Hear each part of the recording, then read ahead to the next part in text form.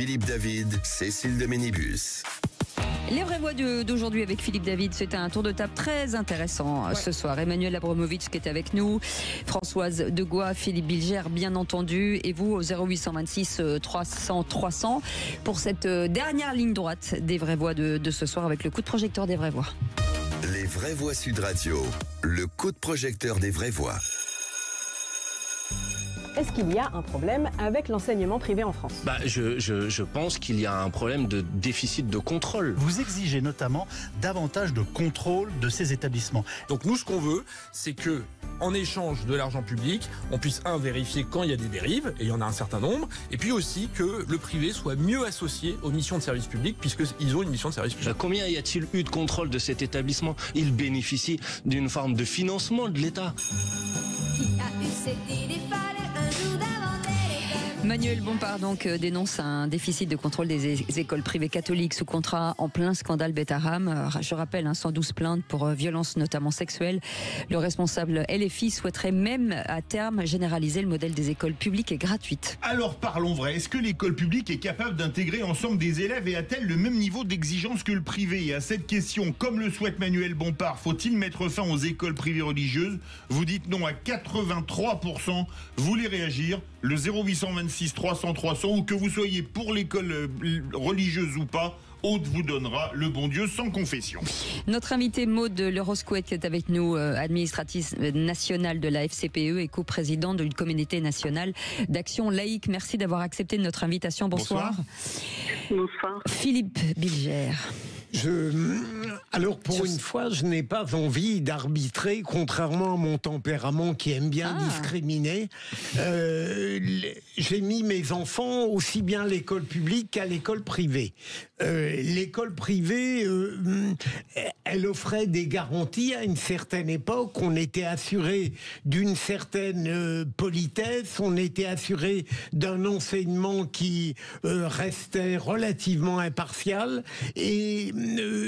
Mais pour le reste, je ne suis pas totalement hostile à Manuel Bompard. Je suis tout à fait favorable à ce qu'il y ait des contrôles. Il n'y a aucune raison qu'il n'y en ait pas sur l'enseignement privé. Moi, je les vois comme des écoles complémentaires et les parents sont absolument libres de chercher dans l'école publique ce qu'elle est capable de donner. Après tout, je peux comprendre ce souci de certains parents, et dans l'école privée, à condition évidemment qu'elle respecte les règles et ne se dévoie pas, je ne vois pas d'inconvénient de prétendre lui durcir ses règles. Non, mais lui, il dit aussi qu'à terme, généraliser le modèle école publique est gratuite, c'est-à-dire que fin des écoles privées. C'est ça. Non, alors là, je suis évidemment désaccord. François, je suis tout à fait contre la fin des écoles privées. Moi, j'ai été élevé vraiment dans une école quand j'étais petite, en pension, etc. Je pense que les méthodes éducatives des années 70 sont plus les mêmes qu'aujourd'hui. Il faut plus ce genre de méthode éducative parce que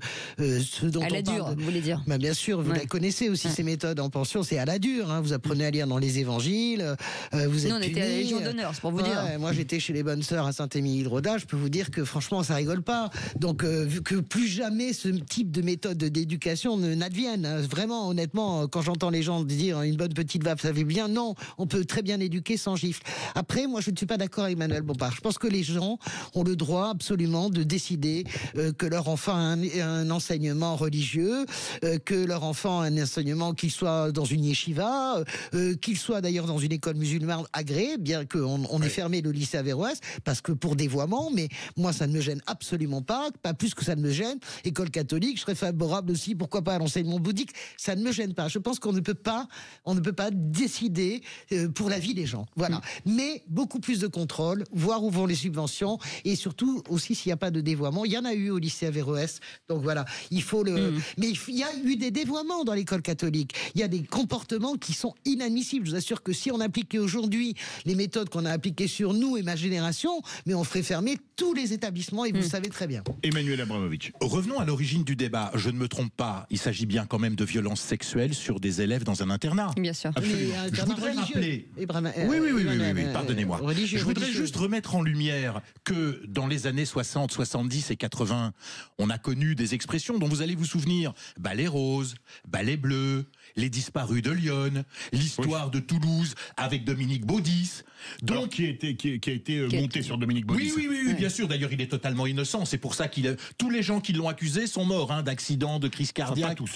Pas tous, mais un bon nombre. Donc, ce que je veux dire par là, c'est qu'il y a une perversité intellectuelle à dénoncer aujourd'hui parce que la lumière est mise sur une école catholique française, mais en réalité, c'est un long cheminement. Et il y a de nombreuses victimes dans de nombreuses écoles qui, après avoir subi des dommages irréparables, après avoir acquis une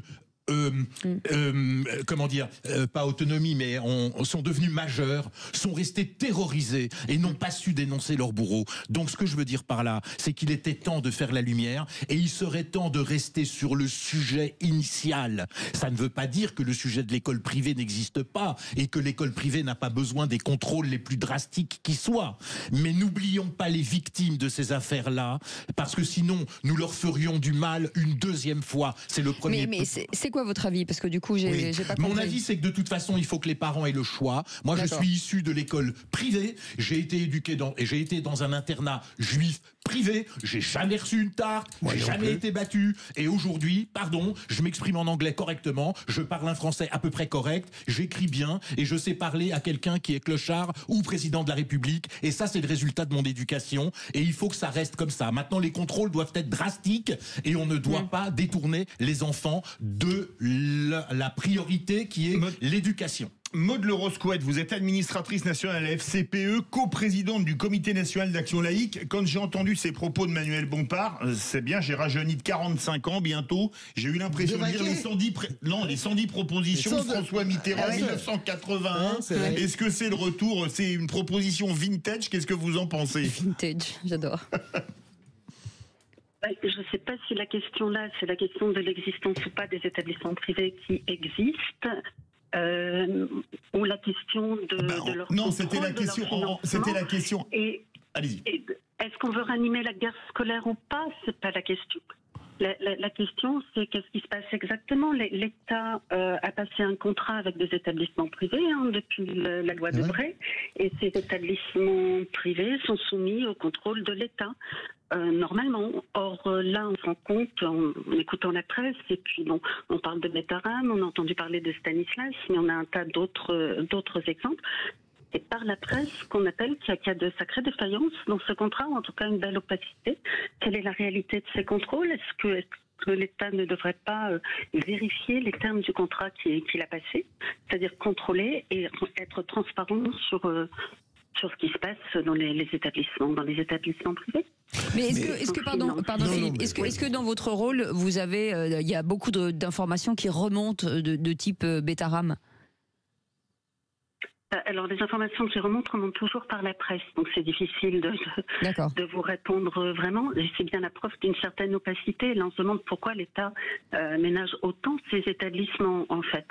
Ce sont des établissements, je le rappelle, qui sont financés à 75% par l'État, par la nation. C'est l'argent des contribuables. Ça serait quand même logique de voir à quoi il sert, en tout cas de vérifier au moins que les enfants sont protégés et que les programmes sont suivis, que l'enseignement religieux reste bien une option. C'est un minimum. Le premier devoir de l'État, quand on parle école, c'est l'école publique. Il y a un droit constitutionnel à l'école publique. C'est une autre question qui apparaît pas trop dans tout ce que j'ai entendu là, mais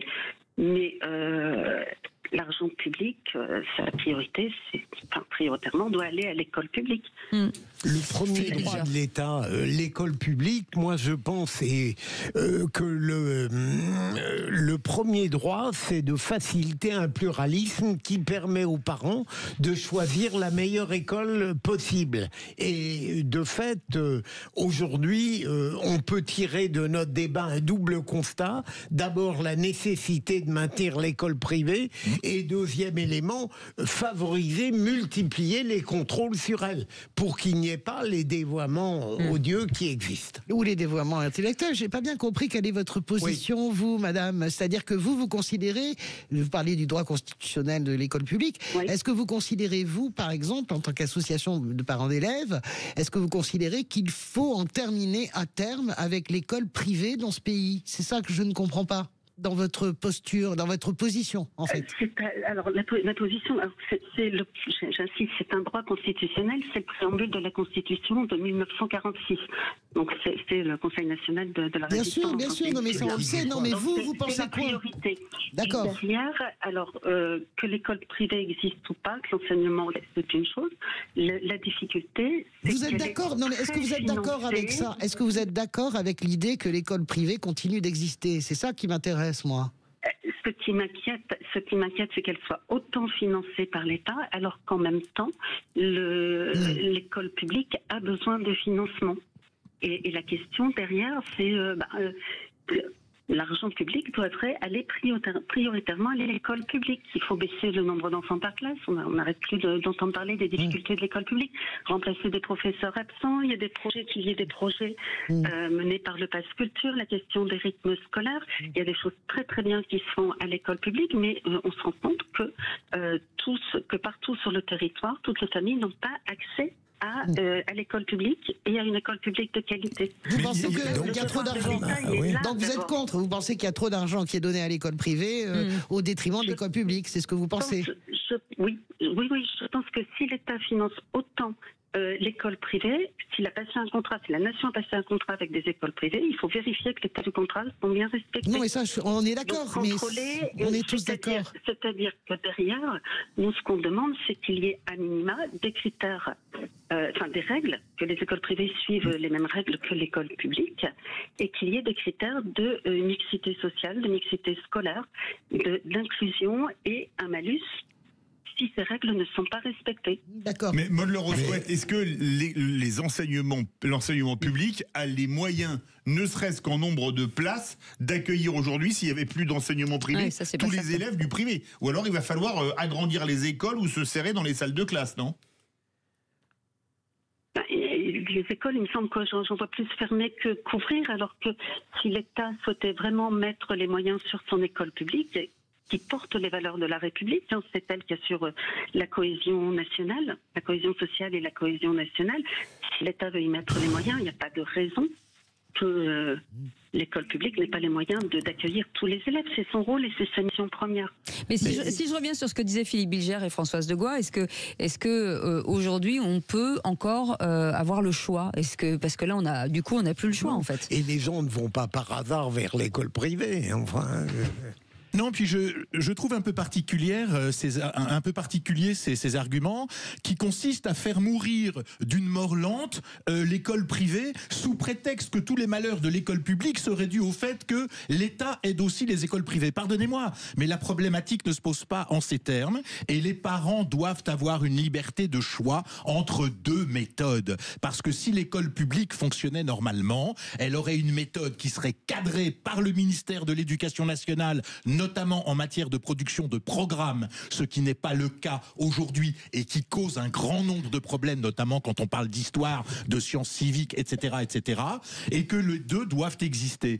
Oui, à l'école privée subventionnée, mais ultra contrôlée. Et juste, si je termine d'une phrase, en rappelant à votre bon souvenir qu'il y avait une journaliste de M6 qui avait tenté de faire une émission d'enquête sur l'enseignement privé musulman et qui s'est retrouvée menacée à titre personnel à un point tel qu'elle a abandonné ce journalisme-là. Ça vous dit quoi, madame? Ça vous dit qu'effectivement, il n'y a pas assez de contrôle. Ouais, Emmanuel, juste, il faut quand même rééquilibrer. Prenez le point à l'opposé de madame.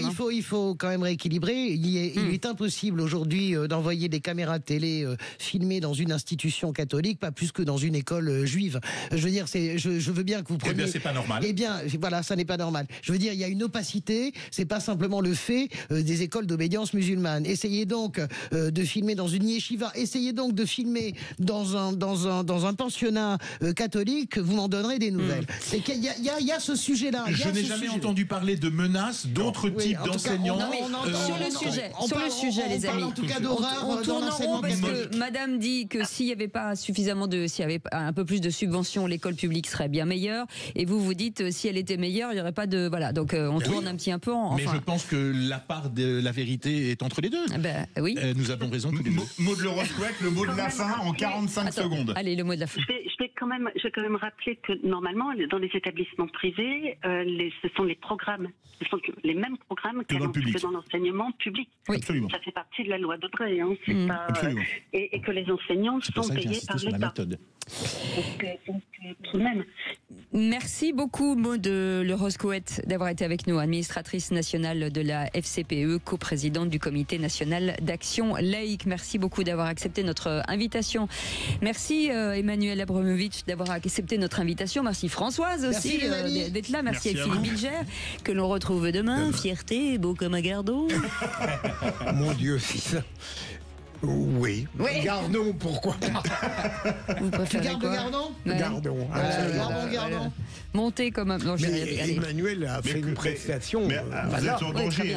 Je dis bravo Emmanuel Abramovitch. Bravo pour cette belle première. Vous êtes en danger, parce que Maxime vient me dire dans le casque, bientôt c'est l'ouverture de la pêche. Alors le gardon, il va pas falloir qu'il mord de tout. Mais je vous pêcherai dans mon épuisette. Voilà, c'est ça.